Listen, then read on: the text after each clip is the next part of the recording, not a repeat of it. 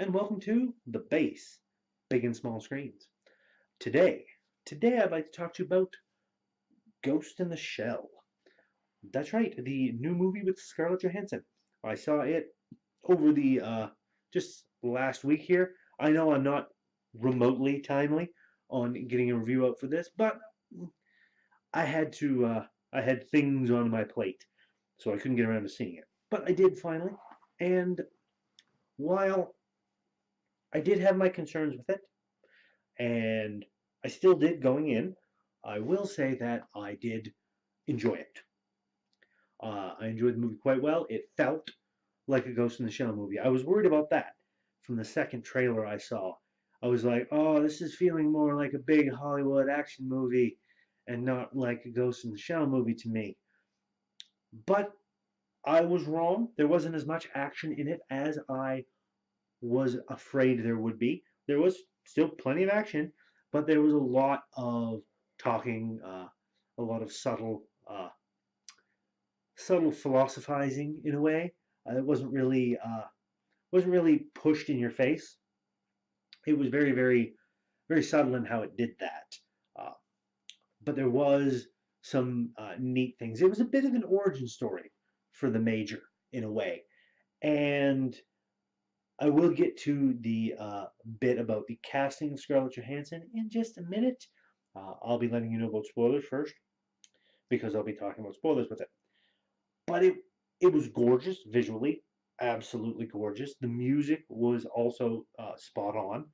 Um, so the visuals and the music, as well as the acting, definitely, and the story, I should say, definitely helped give it that Ghost in the Shell feel, which I enjoyed quite a lot. The characters that you had making up the rest of Section 9 were really interesting, and it was kind of neat to see them brought to life. I would have liked to see more of them, more of Saito and Togusa, because it was mostly about the Major, and Bato was in there more than the rest of Section 9. And the old man, played by Beat Takashi there, definitely interesting.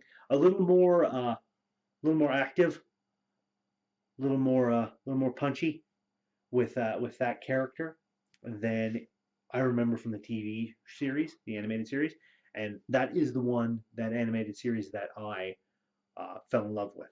That is my Ghost in the Shell standalone complex, which is kind of why I was worried that it was going to feel differently. Now, one of my friends that I've covered his books on my You Should Be Reading, Serdar Yegalop, I have talked with him about Ghost in the Shell and the movie, and he has mentioned that a lot of Ghost in the Shell, like every iteration of it that's come out, um, from the original movie to the manga to the television shows to the other movies and whatnot, have all been adaptations. They've all been some other version, some other take on Ghost in the Shell and the themes that tend to revolve around it. And this is just another in that line. Um, and looking at it from that perspective, that's really cool and really interesting. He's got a lot more to say about it. Um, I'm actually going to link his articles uh, on it in the comments below for anyone who wishes to go and read them, because he definitely delves into things a lot more deeply than I do. Uh, but that being said, I would have liked to have seen more of Section 9.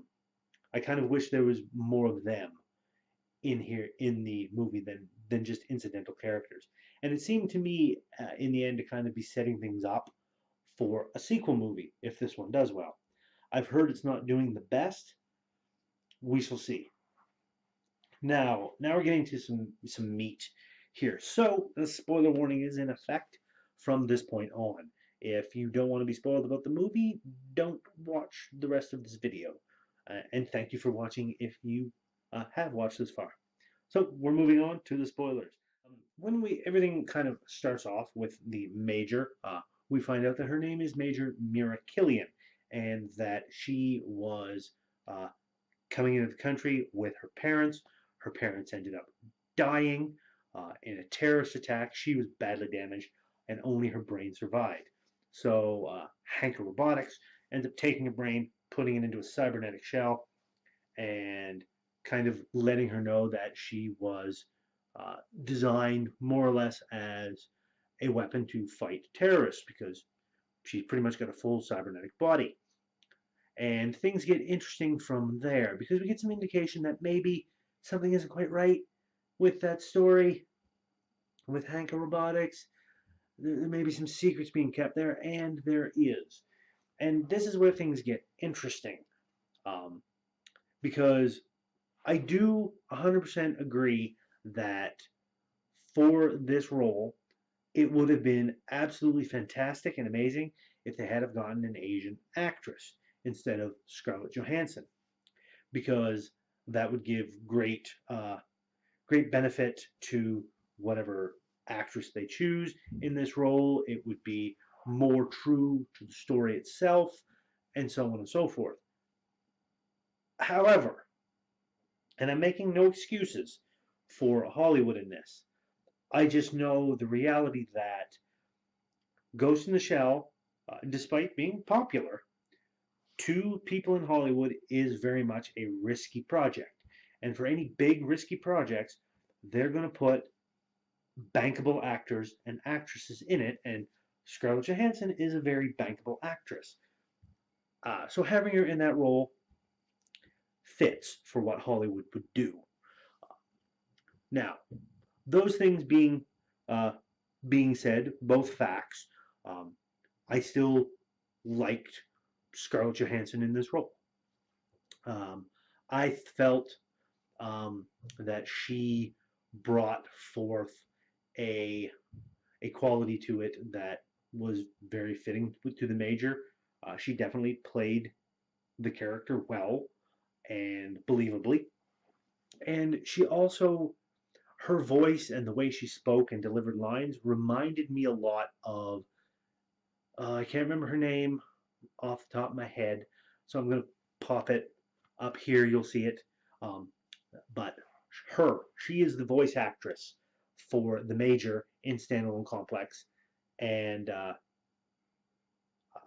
second gig for Standalone Complex, um, both seasons of it. She is the voice actress for the Major, and Scarlett Johansson's portrayal reminded me a lot of her portrayal uh, in this show, the TV show, which I am a big fan of, which is, as I said, kind of my Ghost in the Shell. So I liked that. Now, the secret, the interesting bit of the plot that ended up coming to light is that um, is that Hanka didn't uh, get her brain uh, from her coming into the country. No, no, no, no. You see, Hanka has been taking runaways off the street and basically extracting their brain because these people were runaways, they were dissidents, they hated technology and the advancements and all the robotics and everything. So they basically kidnapped these people, killed them, and took their brains and stuck them in bodies, and then erased their memories. And we find out that the brain that's in the Major isn't, her name isn't Mira Killian. No, no, no. Her name is Motoko Kusanagi, which is the Major's real name from the real source material, Ghost in the Shell. It's Major Motoko Kusanagi. And that kind of kind of made me go, oh wow. Because I thought they might have the Major's origin be Asian, but because it's a cybernetic body, it can look like anything. So it just happens to look Caucasian. Uh, when I first heard about casting Scarlett Johansson in this movie and whatnot, I thought to myself, they might do that, but then I thought, no, they would never, they'd never pull that trigger. They'd never do that. I mean, I could see it being done, but I didn't think they would. And then they ended up doing it. Uh, as I mentioned before, my friend Serdar, he has made mention in his articles, one of the ones that I linked you down below, about um, about the way that they took the casting of Scarlett Johansson and made it as part of the theme of identity and so on and so forth uh, in this movie. So very interesting what they've done. I can't again. I'm not saying that Hollywood was in the right by not going with an Asian actress, um, because I don't think they were. I really think the movie would have been a little more authentic if they had have gotten an Asian actress. And you're not telling me that they couldn't have found somebody. But I understand that they're like, no, we want a bankable actress. We want somebody we can count on that's going to bring people and put them in seats, which is an unfortunate reality of Hollywood. So that's all there. So that's it for my little review, my little talk about Ghost in the Shell. I enjoyed the movie a lot. I kind of hope they do another one, but given some of the press I'm seeing and the stats on how well it's doing, maybe not, but we'll see. We shall see. Um, so, thank you all so much for watching. As always, if you like what I'm doing, please give that like button a tap. Give that subscribe button a tap as well if you haven't already, so you can be kept apprised of when I do new videos. And throw a comment in the comment section. What do you think of Ghost in the Shell? Have you seen it? Are you going to see it? I understand if you don't want to because of whitewashing. That's your choice. Uh, you can, as they say, vote with your wallet. That's what you can do. I want to see it myself because I have been longing for a Ghost in the Shell movie, for a Western adaptation, Ghost in the Shell movie, I should say, for years and years and years. So yes, do all that, and until next time, my friends, you all take care, and I'll see you around.